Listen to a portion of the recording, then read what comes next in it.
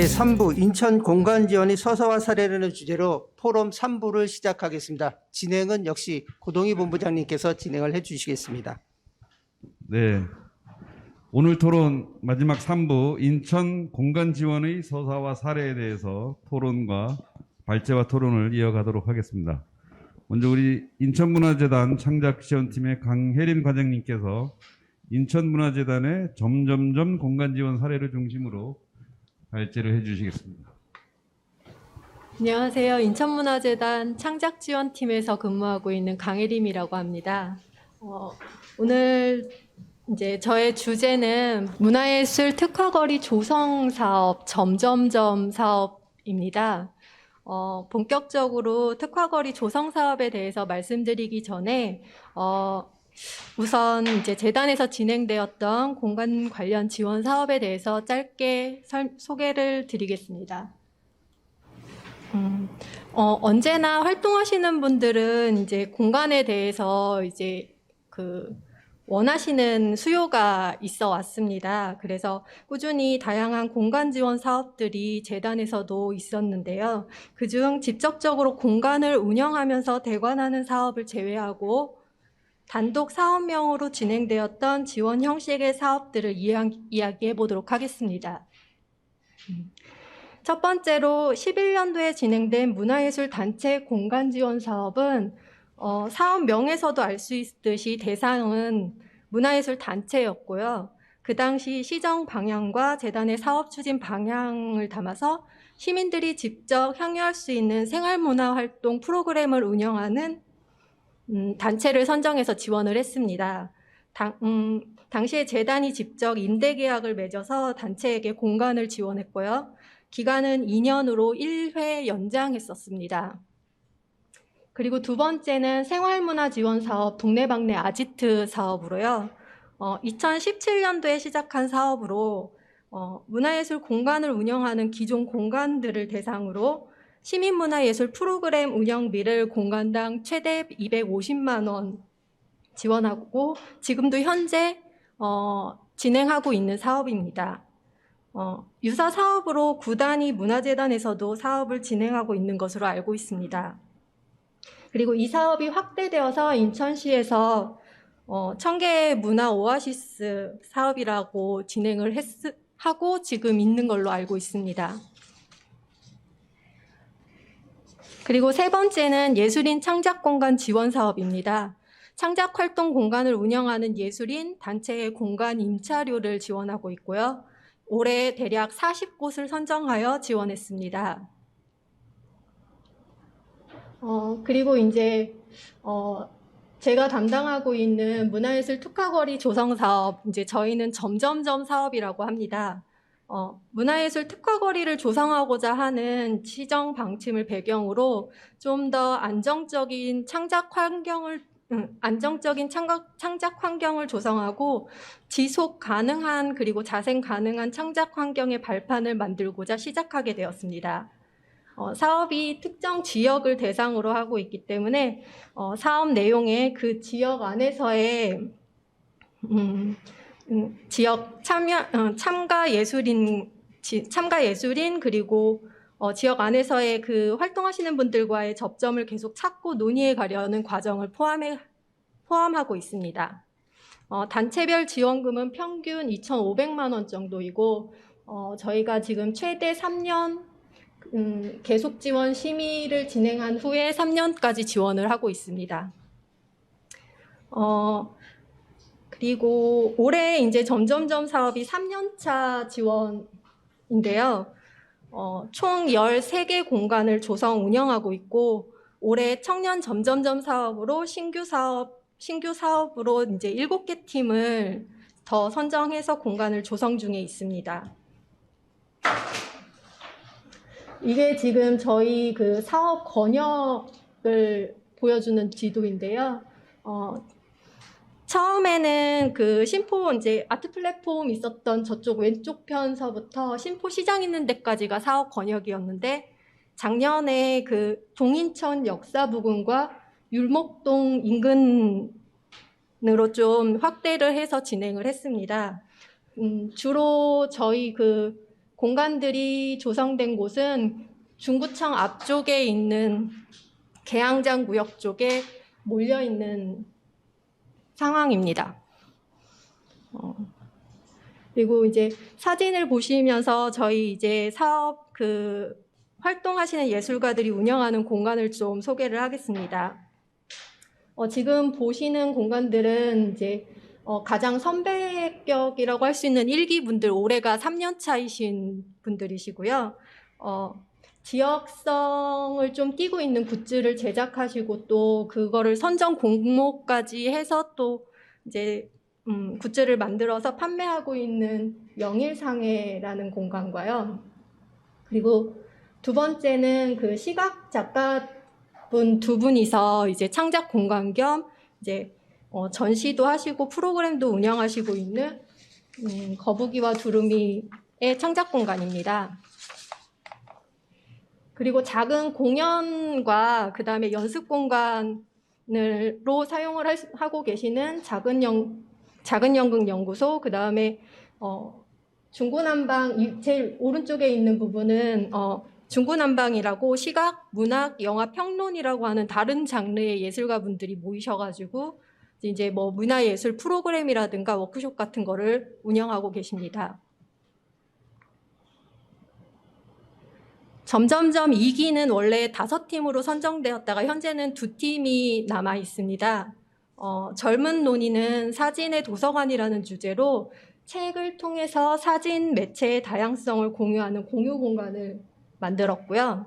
아트랩 999는 사업 초기서부터 옛날 극장 아니면 그 지역에 있는 정미소라는 역사성들을 살리면서 계속 그 상품들을 개발을 해서 판매를 하고 있습니다.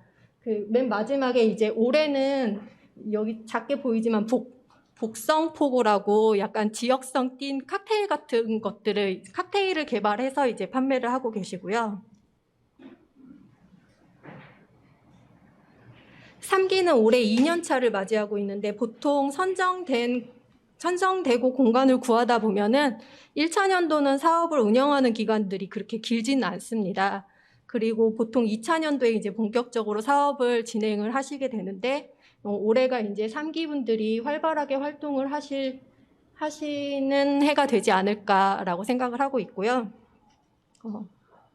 왼쪽부터는 이제 연극 단체인 상상이상 분들이 꾸미신 이제 연습 공간 겸 워크숍도 진행하시는 공간이고, 그 다음에 왼쪽 두 번째서부터는 이제 지역 이야기를 좀 영화로 촬영을 해가지고 공개도 하셨던 감독님이 대표이신 일치월장이라고 하는 팀에서 만든 창작 공간입니다. 그리고 위에서 세 번째도 극단 우주선이라고 하는 단체의 이제 작은 공연과 이제 워크숍 할 수 있는 공간이고, 이제 이쪽 아래쪽은 주로 창작 활동 및 워크숍을 진행하고 있는 왼쪽부터 말씀드리면은 매거진 탁이라고 출판 사업을 하시고 계시고요. 그리고 위에는 점선면이라고 시각 작가분들이 만드신 공간이고, 제일 마지막도 점선면 공간입니다. 점점점은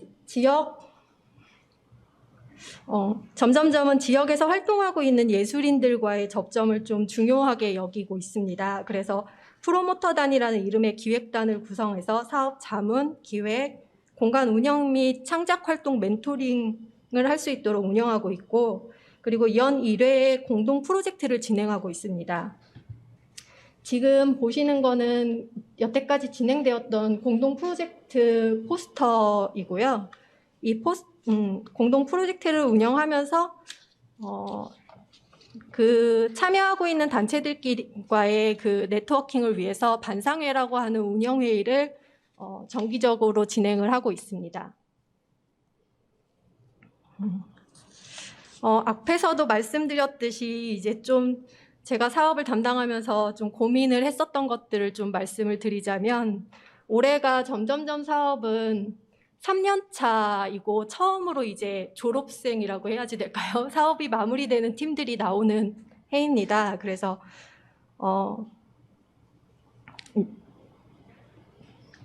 이제 이 사업이 이제 초기에는 이제 1, 2년 동안에는 공간을 계속 조성하다 보니까 인큐베이팅하는 그런 시기를 지나면서 점점 이제 좀 잊고 있었던 성적표라고 해야지 될까요? 얼마나 이 공간들이 살아남을지에 대해서 고민을 하고 있는데요.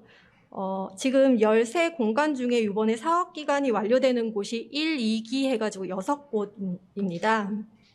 그래서 그분들이 이제 어떻게 결정을 하시고 이제 활동을 하실지에 대해서 이제 같이 이야기를 나누고 있습니다만 좀 담당자인 저로서는 조금 더 고민이 되는 부분들이 있습니다. 그리고 기존의 공간을 대상으로 한 지원 사업들과 비슷하게 이 점점점 사업들도 비슷한 문제점들이 보여지고 있는데, 특히나 점점점 사업은 사업 권역이라고 해가지고 지역이 정해져 있는 사업이기 때문에 지역의 부동산 경제하고도 조금 영향을 주고받고 있습니다.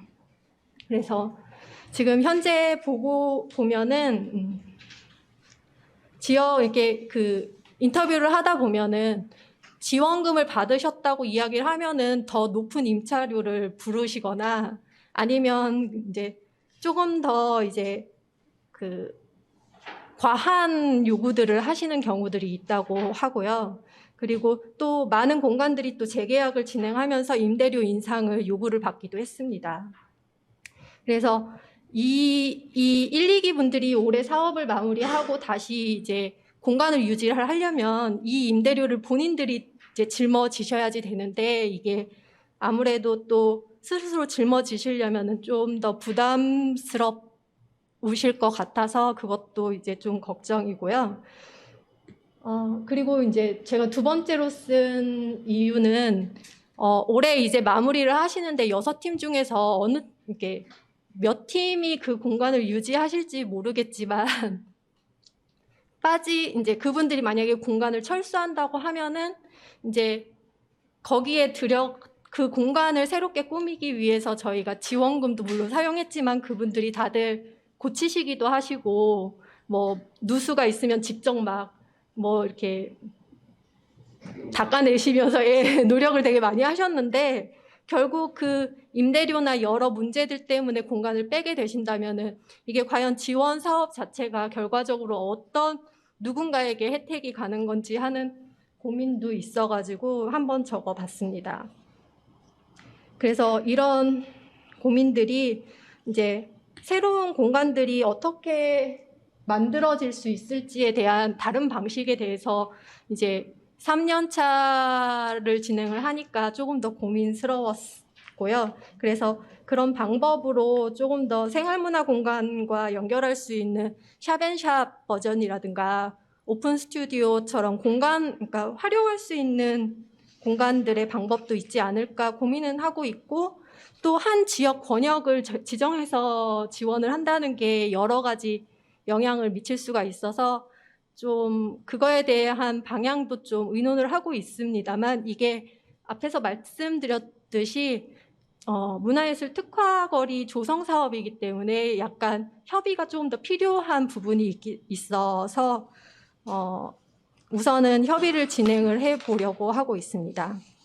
그리고 그 밖에 다른 것들은 예를 들어서 허용할 수 있는 지원 사업의, 그러니까 수익 사업의 기준이라든가, 그러니까 물론 그분들도 이제 자생으로 공간을 운영을 하시기 위해서는 수익 사업이 필요하다고 말씀을 하시는데, 이게 공공의 재원으로 지원을 하다 보니까 어느 정도까지 지원 사업에서, 그러니까 그 공간에서의 수익 사업을 지원을 그러니까 인정해 드릴 수 있을지라든가, 저희가 지원금 사용하는 방법에 대해서도 조금 더 유연하게 대처하고 있지만 여전히 그런 허용 범위에 대한 것들에 대해서는 좀 담당자로서 좀 고민을 계속하고 있는 부분입니다.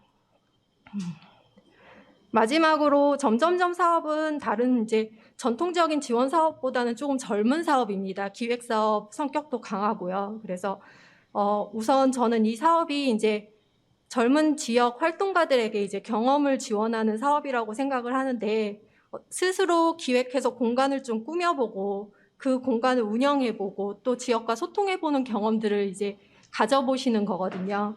그래서 이분들이 이 경험을 가지고 지금은 이제 계양장 지역이지만 뭐 부평구나 아니면 인천의 다른 지역에서도 그러니까 본인들의 공간을 꾸려보시기도 하시고 활동을 이어가시는 그런 계기가 되었으면 좋겠고요. 그리고 또 사업 담당자의 욕심으로는 쭉 이 점점점 사업으로 한 군데라도 좀 자리를 좀 잡고서는 운영을 하실 수 있었으면 좋겠다라고 생각을 하면서 발표를 마치겠습니다.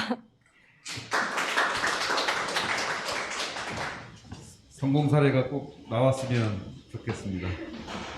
예, 다음은 그 서구에서 주민들 문화 활동을 지원하는 공간 지원 사례에 대해서 우리 서구문화재단의 최영재 시민문화팀장님께서 발제해 주시겠습니다. 안녕하십니까. 저는 인천 서구문화재단 시민문화팀장 최영재입니다. 먼저 저희도 문화도시를 준비하는 후배 문화재단으로서 부평문화재단, 선배문화재단 많이 좀 저를 이제 섭외하셨을 때 이 공간 지원 사업에 대한 매너리즘을 말씀하셨는데 사실 저도 많이 배우고 공부하러 왔고요. 저희 서구문화재단에서도 기초문화재단이지만 굉장히 많은 지원 사업들을 하고 있습니다. 이제 그 중에 제가 오늘 말씀드릴 거는 공간거점 주민활동 지원 사업이라는 건데요. 이것이 단순히 그 생활문화인들을 위한 지원 사업으로 저희가 이제 처음 시작은 인큐베이팅은 그렇게 시작을 했지만 지금 또 문화도시를 준비하는 과정에서 문화도시와 어떠한 연계점, 접점을 가질까도 고민을 좀 하고 있습니다. 발표를 시작하도록 하겠습니다. 네. 먼저 사업 개요, 그리고 사업 내용, 공모 내용, 그리고 추진 결과, 향후 추진 방향에 대해서 저희가 2021년도 사업에 대해서 간단하게 좀 말씀을 드리고 사례 발표니까 그냥 가벼운 마음으로 들어주셨으면 좋겠습니다. 공간거점 주민활동 지원 사업은 저희가 총 5가지의 그 목적성을 좀 가지고 있습니다. 그래서 문화활동 지원, 생활문화 동아리 활동 활성화, 마을 단위 소규모 생활문화 프로젝트 지원, 생활문화 네트워킹 지원, 그리고 그 추후에 생활문화 축제에 참여까지 이뤄내는 장기적인 프로젝트로 이 지원 사업을 하고 있습니다. 사업 개요는 저희도 그 첫 섹션에서도 말씀하셨지만 저희가 지원 사업이 늦어지는 이유는 뭐 추경 사업일 수도 있고 이것이 이제 예산금이 조금 또 좀 모자라서 또 여러 가지 좀 연유들 때문에 사업이 조금 대부분 하반기에 이뤄지는 사업들이 굉장히 많은데 저희 공간거점 주민활동 지원 사업 같은 경우는 좀 최대한 빨리 사업을 진행하려고 합니다. 그래서 6월에 공고를 해서 동일하게 아까 발표하셨지만 3명 이상 모이면 무조건 하라고 지원금 준다고 하는데 저희도 동일하게 3인 이상 주민문화 모임, 생활문화 동아리를 지원을 해드리고요. 동일하게 서류 심사 그리고 그다음에 대면 심사 그다음에 그래서 10개에서 15개 정도, 15개 내외 정도로 선정하고 있고요. 그리고 이분들에게 이제 사업 계획과 추진 방향, 프로젝트를 공유하기 위해서 저희가 오리엔테이션을 갖습니다. 오리엔테이션을 가진 후 동아리 지원금 교부에 대해서 이제 말씀을 드리고 동아리 지원금을 교부를 하고요.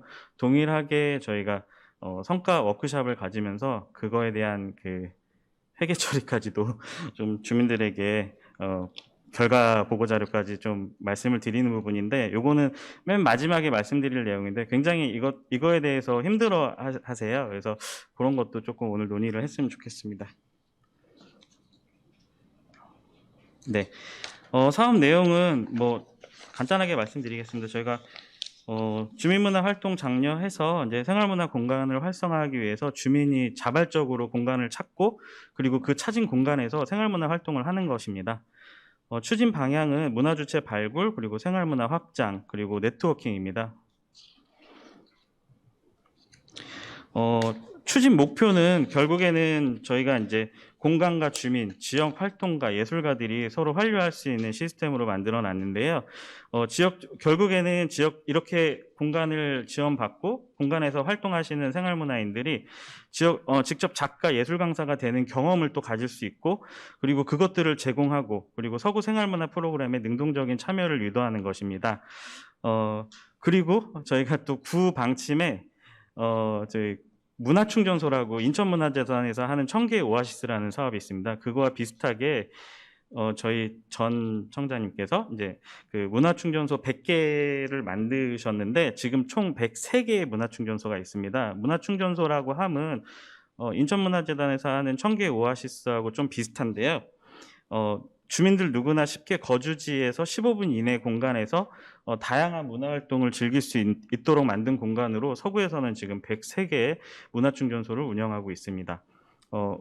서구청 문체과에서 지금 하고 있는 사업인데, 저희가 이것까지도 공간을 발굴해서 나중에 문화충전소라는 그 타이틀, 현판을 달아줄 수 있는 그것까지도 연계를 하고 있습니다. 네, 저희가 이제 저희 그 공간거점 주민활동 지원 사업을 모집할 때는 저희도 동일하게 인천 서구 거주자 60% 이상으로 좀 구성을 해야 되고, 그리고 지역 주민을 위해서 공간 개방 의지가 있는 문화 공간을 발굴하는 겁니다. 그래서 이분들이, 그러니까 저희가 사업을 시작할 때 공간을 발굴해서 향후에도 지역 주민들을 위해서 공간을 이렇게 내주실 수 있는지까지도 좀 여쭤보면서 저희가 공간을 발굴을 하거든요. 그래서 그렇게 좀 장기적인 관점으로 저희는 지원 사업을 하고 있고요. 그 모집 단체는 총 15개 내외고요. 그리고 뭐 카페나 서점, 그 모든 문화 활동을 할 수 있는 공간으로 저희가 이렇게 구성을 하고 있습니다.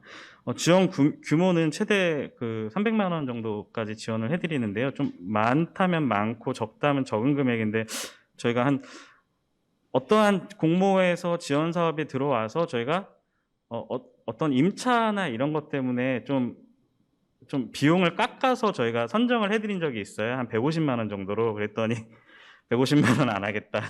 150만 원 받고 나는 회계 결과 보고까지 못 내겠다 이래서 비용은 저희가 웬만하면 250에서 300 정도로 계속 지원을 해드릴 예정입니다. 공모 내용은 뭐 다른 재단하고 동일하게 뭐 문학, 공연, 전시, 체험 모든 것이 있는데요. 요즘은 또 약간 창의 활동 비롯해서 농작물 키우기, 뭐 반려동물 소모임, 비건 문화가 조금 생활 문화로 좀 들어온 것 같아요. 그래서 최근에 어떤 TV에서 보니까 그 농작물 키우기에 반려식물 키우기가 있는데, 자이언트 뭔가 그게 식테크라고 해서 뭐 이렇게 잎 한 장당 10만 원씩 받는 뭐 그런 것도 있더라고요. 네, 웃자고 한번 얘기해봤습니다. 죄송합니다. 네, 저희가 그래서 이 생활문화, 저희는 서구 관내 분들을 위주로 이제 생활문화 동아리를 지원을 하다 보니까요. 이것도 생활문화 동아리야? 이것도 생활문화 동아리가 됩니까? 지원받을 수 있습니까? 라는 문의들이 꽤 많으셔서 저희가 좀 간단하게 이러한 예시를 좀 드렸어요. 그래서 뭐 뜨개질 되고요. 예, 그리고 뭐 도서관에서 책 만드는 거 되고요. 뭐 작품 전시 다 해드립니다. 그리고 최근에 사회적인 이슈, 뭐 캠페인, 줍깅 다 됩니다. 네. 그래서 그들이 생활문화 동아리를 만들고 계속 지역사회에 봉사할 수 있고 사회공헌으로 CSR 개념으로 다가갈 수 있게끔 저희가 캠페인까지도 지원해드리고 있습니다.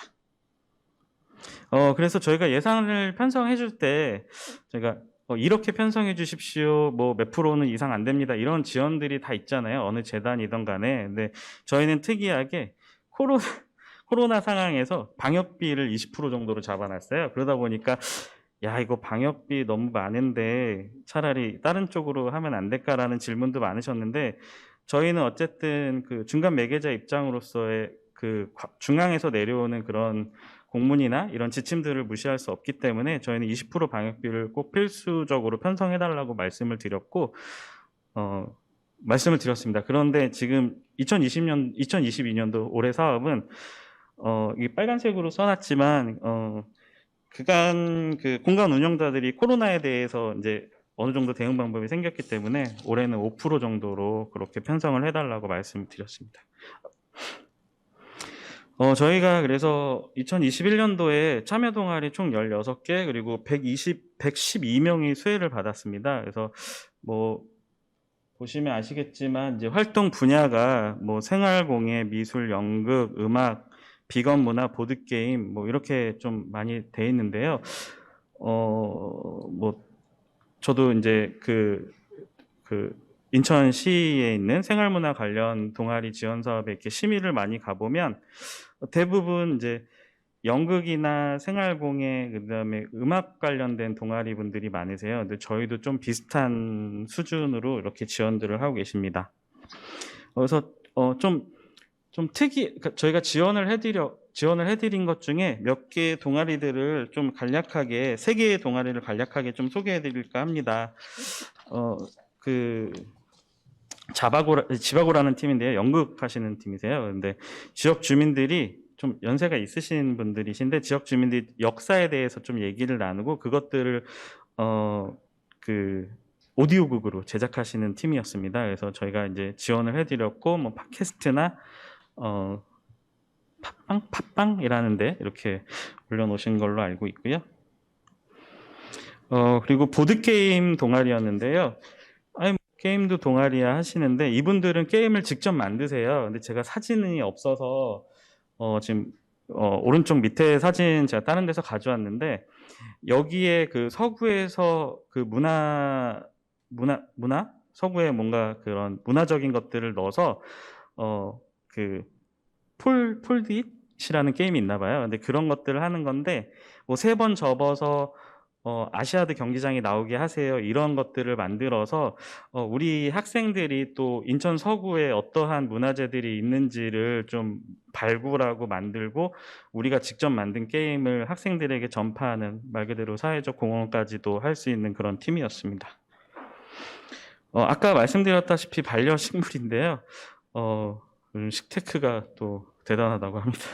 그래서 반려식물에 대해서도 좀 무시 못하는 동아리가 됐어요. 이제는 그래서 정말로 식물을 키우시는 분들이 굉장히 많으세요. 그냥 화분을 우리 베란다에서 어머님들이 키우시고 뭐 이렇게 하시는 거를 좀 더 진화해서 식물에 대해서 더 알아가고 공부하고 서로 얘기 나누고 만나서 식물 얘기 나누고 서로 분양도 하고 이런 것들이 좀 많더라고요. 그래서 아마 이것도 이제 생활문화 동아리 안으로 좀 많이 들어온 것 같습니다.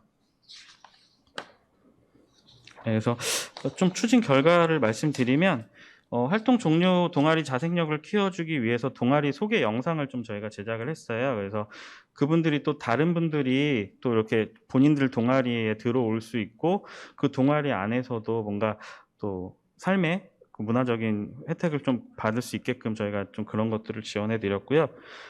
그리고 코로나 상황 전년도 거를 얘기를 드리는 건데 이제 코로나 상황에서 전시나 이런 것들이 충분하게 이루어지지 못했기 때문에 저희가 작게나마 전시를 만들고 그 단위 면접당 인원수에 맞게끔 전시 관람도 하고 발표도 하고 이런 형태로 좀 진행을 했습니다.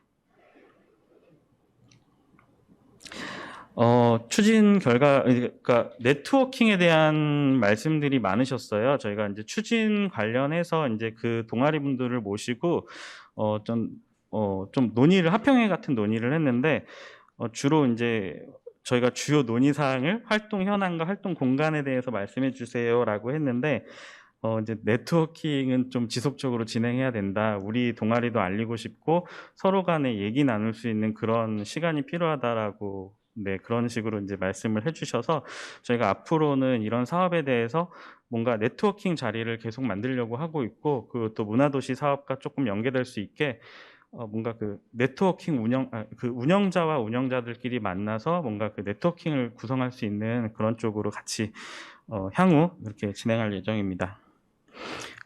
요거는 16건의 네, 참여자 만족도가 굉장히 높은데, 네.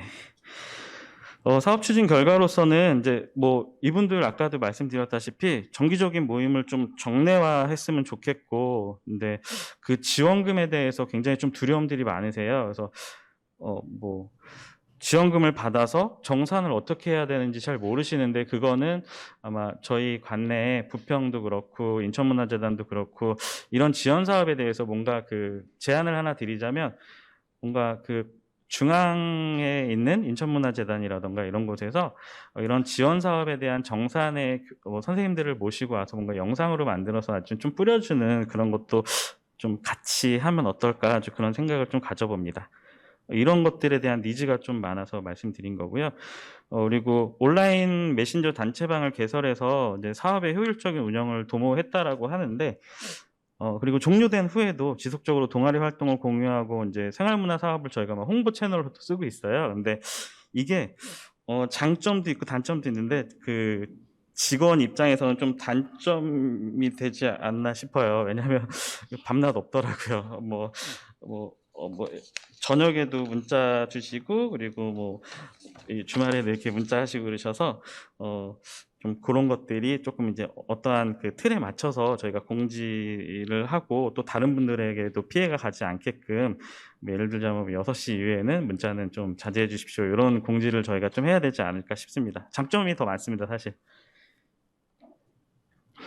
저희가 추진 방향입니다. 그래서 결국에는 제가 담당자는 아니지만 담당 팀장으로서 지역문화 공간을 발굴하고 생활문화 동아리를 자생력을 갖춰주는 어떻게 보면 마중물 같은 사업인데 이것들이 결국에는 지역 내 사회공헌으로 좀 발전했으면 하는 제 바람이 있습니다. 제가 사회공헌을 공부해서 그런 건 아니고요.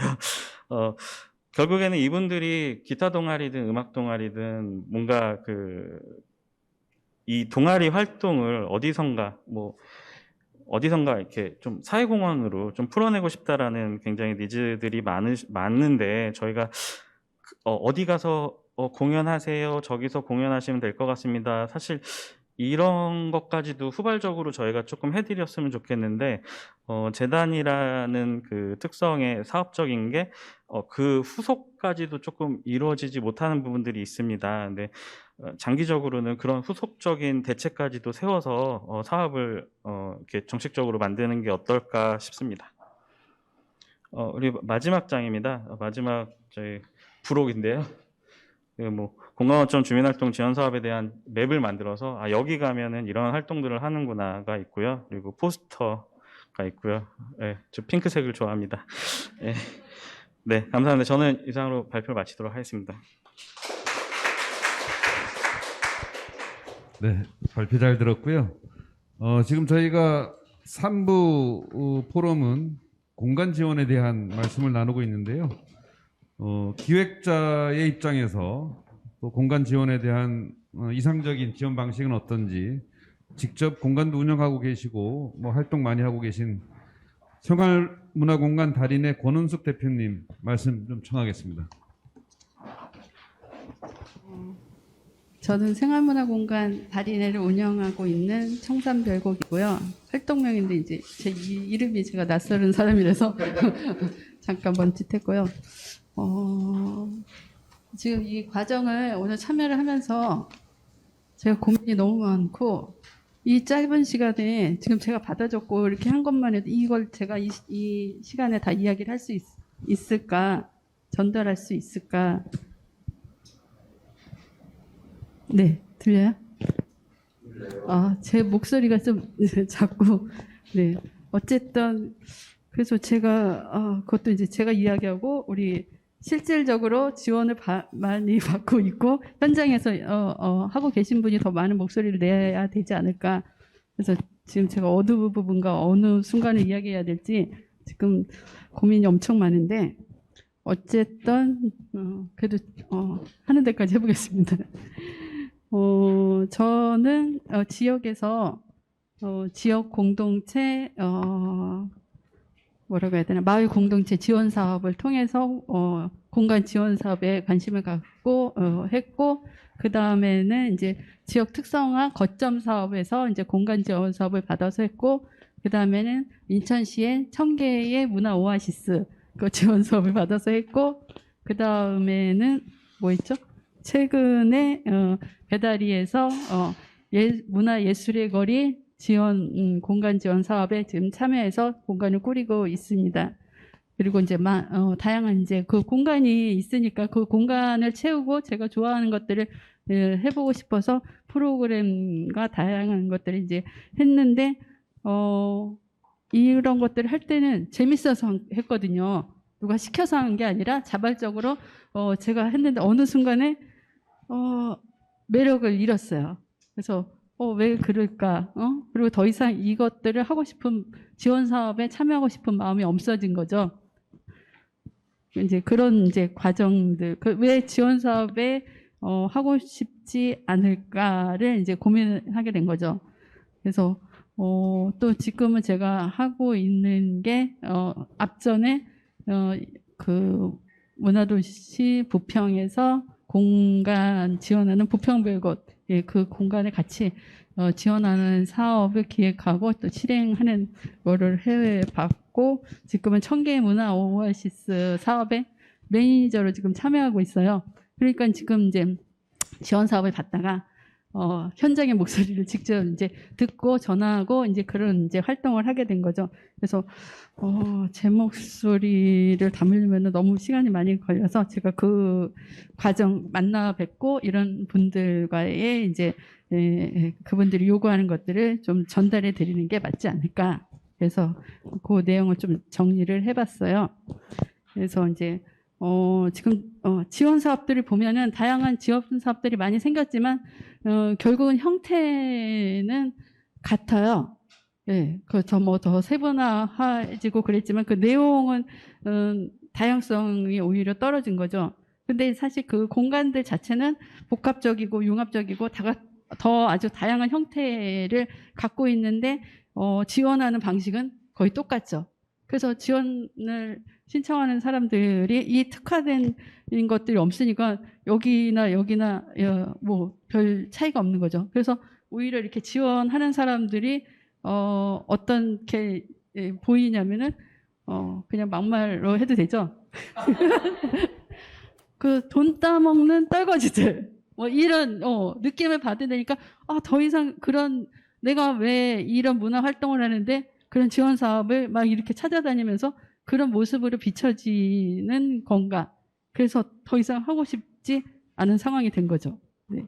어쨌든 그렇고 그리고 이제 그 문화예술의 그 문화 공간들이 하는 역할들은 문화예술 활동뿐만 아니라 지역의 커뮤니티 역할도 충분히 하고 있고 그리고 이제 그런 공간들은 이제 전문 예술 창작보다 지역성을 띠고 그 네트워크를 일상으로 이제 확산시키고 문화 운동을 하는 것들을 하고 있습니다. 그래서 이제 좀 이제 문제점을 좀 찾아보면은 가장 많이 말씀하시는 게 여기서 이제 그 서구에서도 말씀하셨지만 서류와 정산 이런 문제를 많이 힘들어하셔요. 그래서 그런 문제들이 이제 소통을 통해서 서류의 간소화가 좀 이루어졌으면 좋겠고 이거는 그냥 간단한 것 같아요. 행정이 신뢰하고 지원을 해주는 입장이 아니라 지원 받는 사람들과 단체를 생각하면은 이건 아주 간단히 풀어질 문제거든요. 그리고 이제 아까도 보면은 지원금이 있고 그 지원금의 규모와 시기가 이게 안 맞으니까 어쩔 때는 지원금이 많고 어쩔 때는 사업 기간이 적고 막 이런 문제들이 해소가 돼야 될 것 같고 그리고 공간 지원 사업으로서 공간 지원 사업이면 당연히 공간에 대한 지원을 받고 싶어서 하는 거거든요. 근데 실질적으로 공간은 지원을 받는다고 느껴지지 않거든요. 그래서 뭐 저 같은 경우도 공간이 있지만 그거를 운영할 수 있고 프로그램에 들어와서 같이 함께 할 수 있는 부분들이 없어지는 거죠. 그런 거에 대한 지원이 없고 그리고 이제 지원의 대상이 명확하지가 않아요.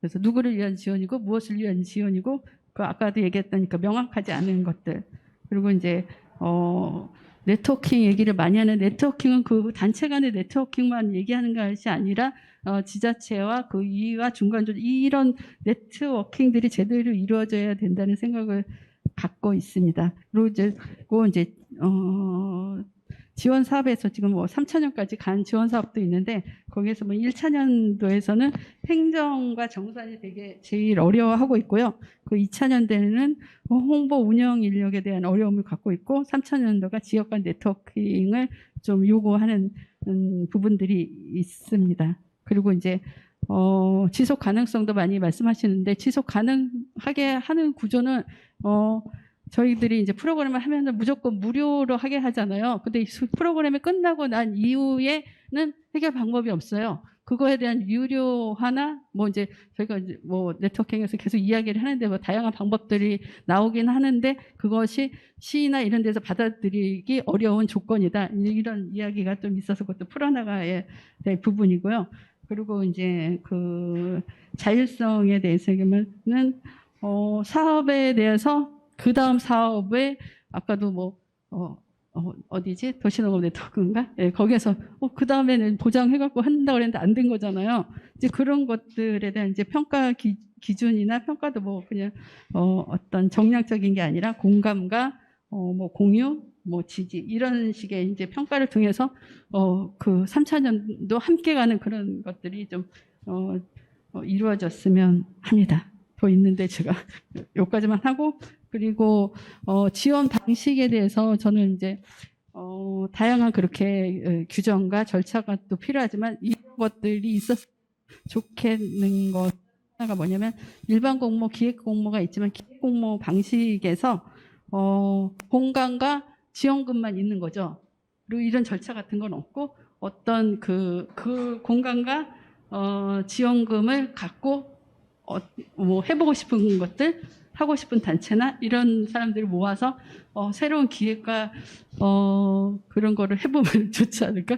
그래서 이거는 제가 해보고 싶은 거라서 누가 저한테 공간을 지어주고 돈을 지원해주면 뭐 새로운 것을 다양한 사람과 모아서 같이 구현해보는 그런 걸 해보고 싶어서 이런 거를 제안해보는데 이런 것들도 지원이 가능할까요?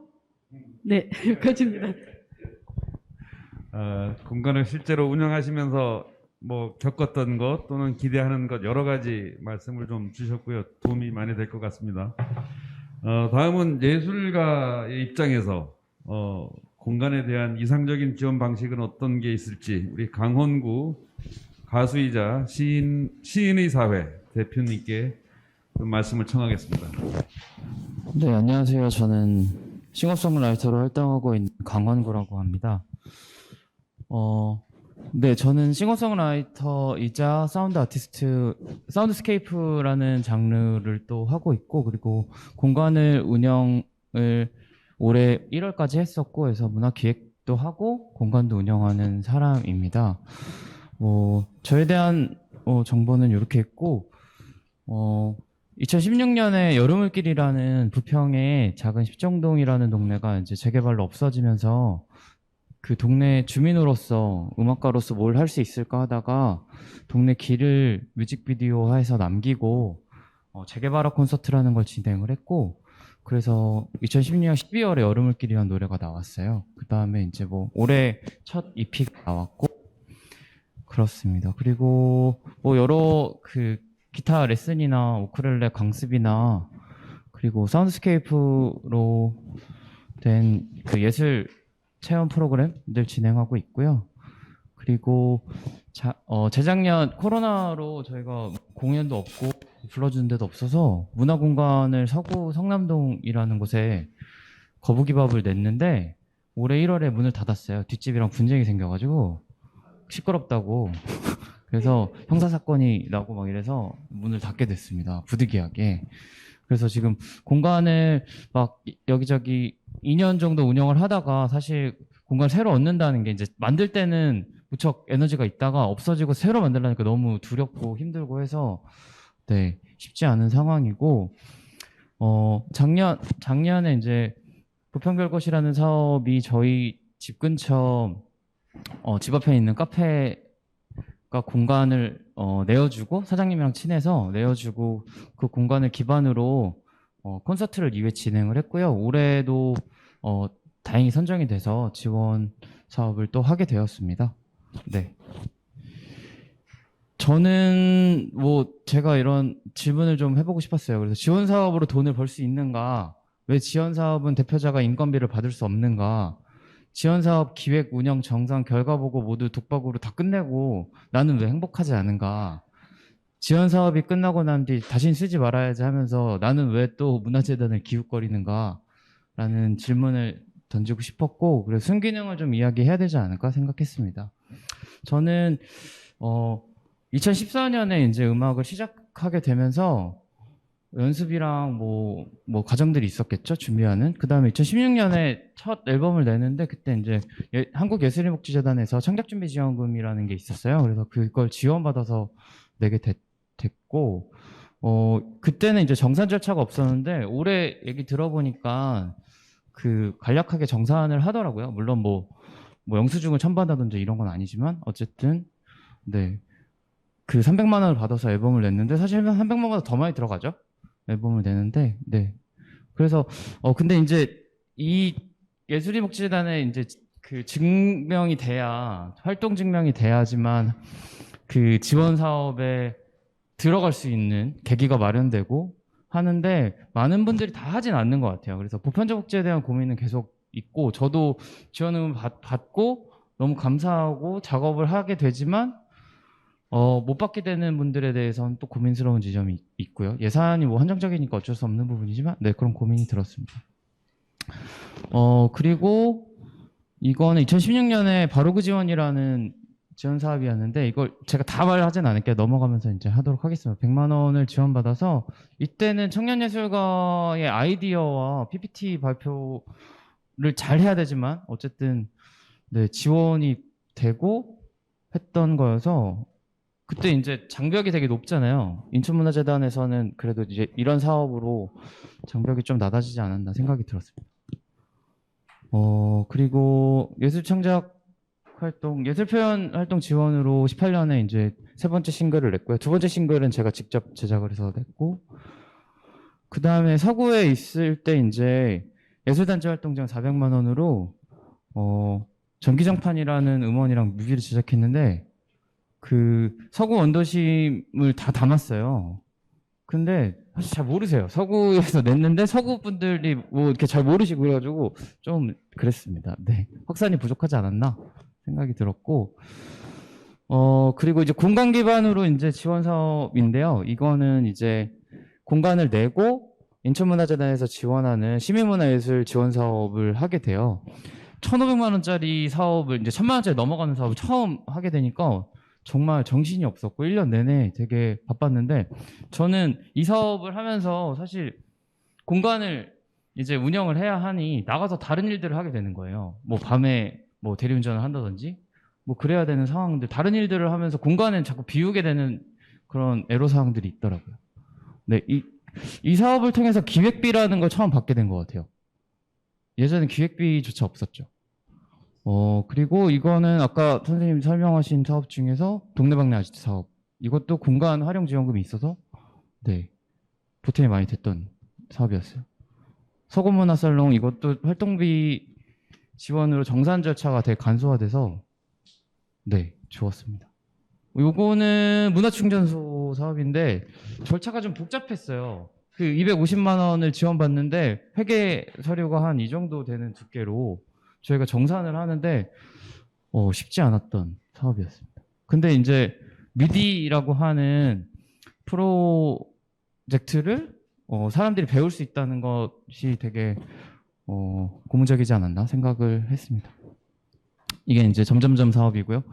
작년에 회계정산보고랑 결과보고 되게 간소화돼서 되게 좋았고, 기획비 예산이 15%라는 게 되게 파격적이었던 생각이 드는데, 이 공간은 사실 돈을 또 받지 못하는 구조여서 그 지원금에 대한 고민은 조금 계속 하고 있는 것 같습니다. 계속 그러니까 협업을 해야 되는데 공간에 가서 사장님한테 계속 미안해야 되고 계속 뭔가 팔아줘야 될 것 같고 뭐 이런 게 저한테 있는 거죠, 기획자로서는. 그리고 마지막으로 이제 고민과 상상에 대해서 좀 적어봤는데요. 대표자 및 기획자 인건비에 대한 적정한 예산 배분이 필요하지 않나 생각을 했고, 정산 서류의 방대한 양이 좀 간소화되면 좋겠고, 그리고 인천 연구나 지역 연구 사업의 폐쇄성이 좀 높지 않나? 그 기간에 좀 예를 들면 같이 하는 협업 프로젝트를 좀 더 늘릴 수 있었으면 좋겠다라는 생각이 드는 것 같습니다. 그리고 부평 레지던시 및 예술창작공간 지원 사업이 부재한데 이 부분이 좀 있었으면 좋겠고, 그래서 부평에 머물 시간이 좀 늘어나야 부평의 예술가들이, 새로운 창작자들이 늘어나지 않을까 생각이 들고요. 그리고 부평 예술표현활동 지원 사업이 부재한데 창작물로 지역의 이야기를 창작물로 표현하는데 이만한 사업이 없지 않나 생각하고 있습니다. 그리고 지역 문화예술 기획자 양성 과정이 사실 어디서든 다 부족한 것 같아요. 그래서 다들 뭐 장한선 선생님이나 청산이나 그렇지만 다 모든 걸 다 해야 되는 거잖아요. 우리가 공간 운영도 해야 되고 기획도 해야 되고 뭐 다 처리를 다 해야 되니까 그런 부분들이 좀 쉽지 않는 것 같아요. 계속 소진되고.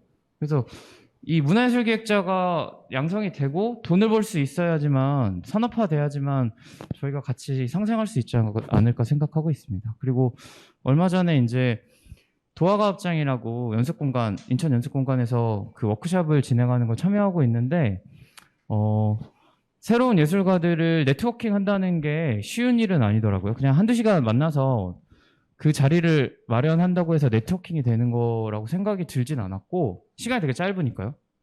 그래서 4주간의 이제 워크숍을 워크숍을 진행하는데 발제자들도 있고 저희가 이제 같이 고민하는 지역에 대한 주제를 가지고 같이 만나서 예술가들과 이야기를 나누고 그리고 창작 지원금이 있어서 같이 협업하면서 창작을 해나가야 되는 과정들이 있는데 그 부분들이 되게 신선했고 참여하면서 되게 재밌어서 써봤습니다. 네, 감사합니다.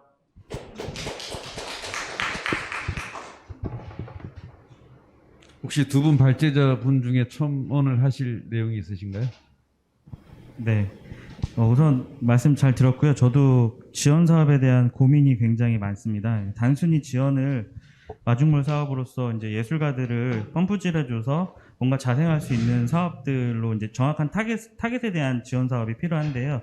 어찌됐든 생활문화가 됐던 예술가 지원 사업이 됐던 간에 어떠한 사업을 저희가 처음 시작하는 마중물 사업으로 좀 봐주셨으면 좋겠고 아까 말씀하신 대로 강원고 선생님이 말씀하셨던 대로 과연 돈을 벌 수 있을까라는 질의를 하셨는데 사실 지원하는 저희 입장에서도 굉장히 고민인 거예요, 이것들이.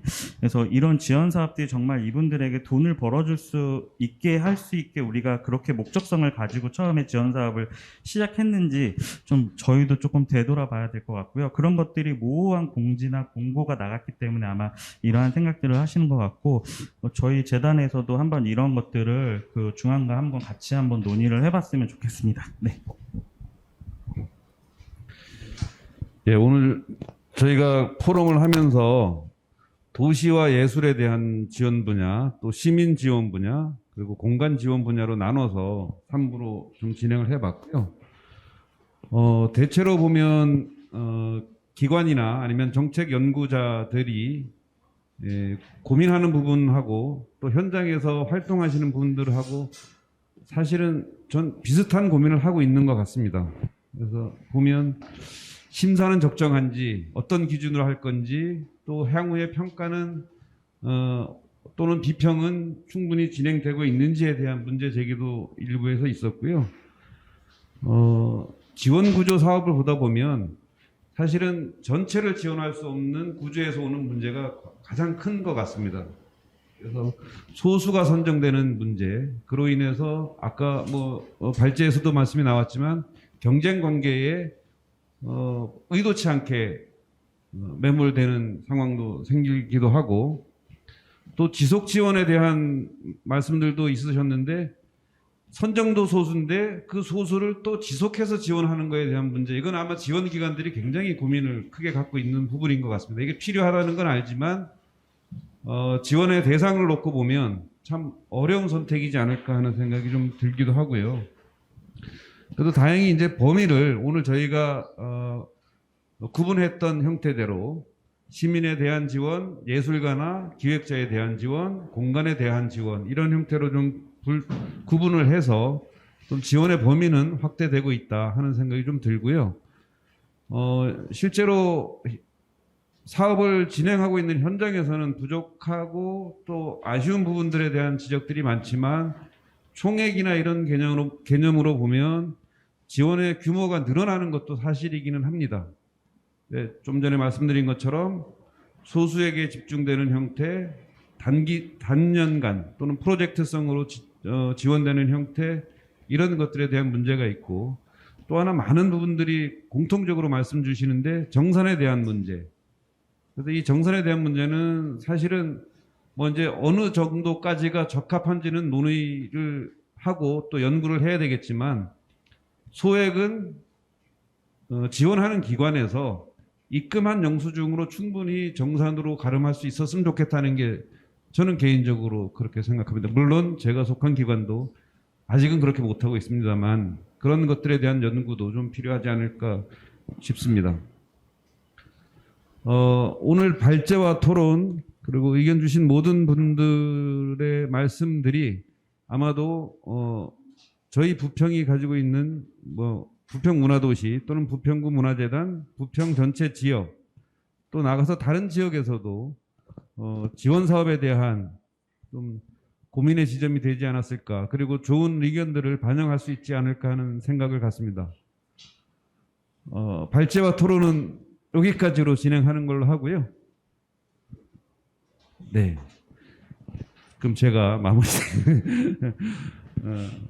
이것으로 2022년 문화도시 부평 포럼 첫 번째 포럼이었습니다. 공공지원 방식의 전환 모색 포럼은 모두 마치고요. 오늘 참석하신 분들 그리고 앞으로도 또 연락이 가겠지만 계속 이어지는 부평구 문화재단 문화도시센터의 포럼에 지속적으로 관심 주시고 의견 주시고 더디지만 개선할 수 있는 방안들을 함께 고민해 주시길 부탁드립니다. 이상으로 마치겠습니다. 고맙습니다.